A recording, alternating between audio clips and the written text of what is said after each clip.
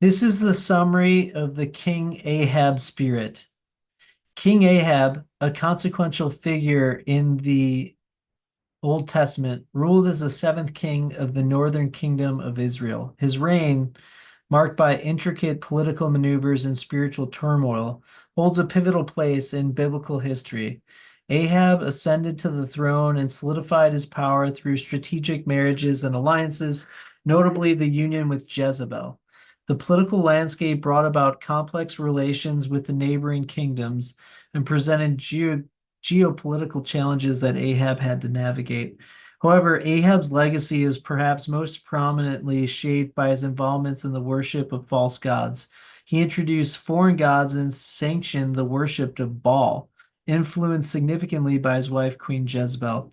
This departure from the worship of Yahweh, the God of Israel, led to tensions with the prophet Elijah. The dramatic contest on Mount Carmel, recounted in 1 Kings 18, stands as a climatic moment in Ahab's reign, illustrating the stark contrast between the worship of the one true God and the idolatry that Ahab had allowed to flourish in his kingdom. The dynamics between Ahab and the prophets of Yahweh further reveal his leadership traits. Prophetic warnings and rebukes punctuated Ahab's rule, with Elijah playing a central role in confronting the king about the consequences of his actions. Ahab's responses to these divine messages shed light on his temperament and decision-making style, revealing vulnerabilities and weaknesses in his leadership. The consequences of Ahab's choices are integral to his narrative. Divine judgments and prophetic predictions against Ahab's dynasty loom large, culminating in his tragic death in the battle as foretold in 1 Kings 22. This not only marked the end of Ahab's life, but also left a lasting impact on subsequent generations in Israel. His story helps us to understand what life for the host of the Ahab spirit looks like. Summed up in two words, these hosts are constipated kings. While they may appear to be kingly in stature, tall, good looking, naturally strong communicators, this comes at a cost as all of their kingly authority in life has been taken away from them. Similar to the way that King Ahab in the Old Testament gave away his authority to Jezebel while fighting Elijah's barrage of negative prophetic words, hosts of the Ahab spirit have lost all of their authority to the spirit.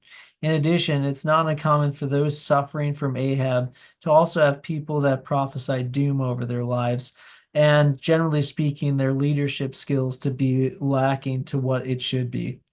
While they can white knuckle their way through life, trying their darnest to make sense of a life of failed marriages, mediocre career success, children that have gone astray, pets that die or run away, cars that break down or get smashed to pieces in wrecks, divorces that separate their families, etc. It's only a matter of time until these hosts lose it.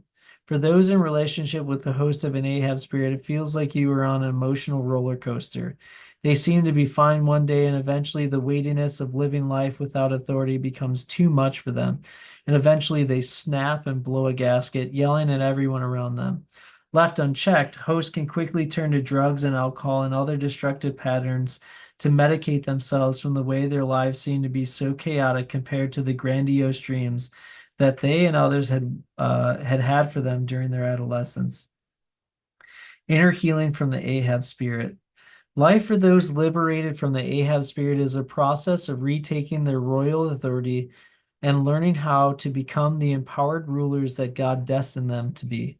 Unlike King Ahab, who surrendered his authority to Jezebel, those free from the Ahab spirit will need to regain control over their lives and grow in leadership. And through the grace and mercy of God, this will be a quick and accelerated ability to grow in this way.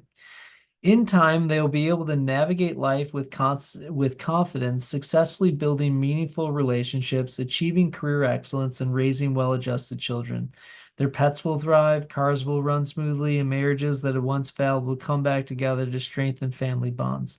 Life becomes a fulfilling journey without the emotional roller coaster experienced by those still under the influence of the Ahab spirit. The weightiness of living a life without restored authority allows them to face challenges without the need for explosive outbursts. Individuals who have overcome the Ahab spirit and commit to following Jesus in inner healing will be able to get free from their coping mechanisms and turn away from destructive behaviors.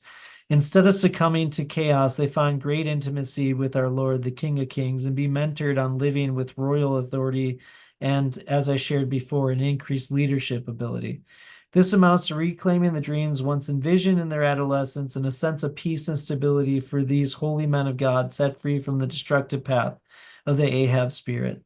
Because the typical response from the chaos that happened in their lives due to the Ahab spirit was outbursts of anger, in their inner healing journey, they will need to learn how to control these outbursts with more healthy approaches like unchecking from situations, breathing and meditation, and support groups are going to be of the utmost importance for all people after deliverance, but especially Ahab. Being that they are regal, the weightiness of their anger has demolished many people in their paths. Their anger outbursts have ruined and soiled many relationships in their lives, and learning how to better address their anger will be of the utmost importance in post-deliverance care.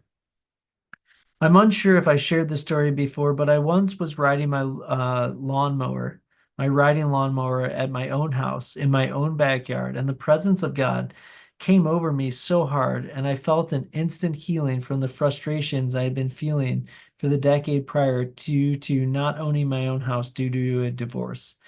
The same can be said of hosts of Ahab. If you felt royal your entire life, but your authority has been taken away from you, naturally this will create animosity in your heart. But the key to inner healing is then allowing Papa God to restore your royal authority, and often this comes in the form of restored relationships and your authority over things in your life, house, car, work, your ability to make money, your ability to take care of your kids, the way people see you and interact with you, vacation status. I listen the necessity for controlling outbursts before discussing the restoration of your authority, because having a wonderful house, car, vacation home, etc., is going to matter very little if there's no one in your life to share them with.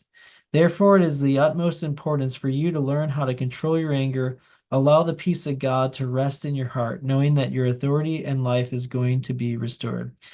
If you or your loved ones are struggling with demonic oppression and you need deliverance, please visit our ministry online at www.aiih.org.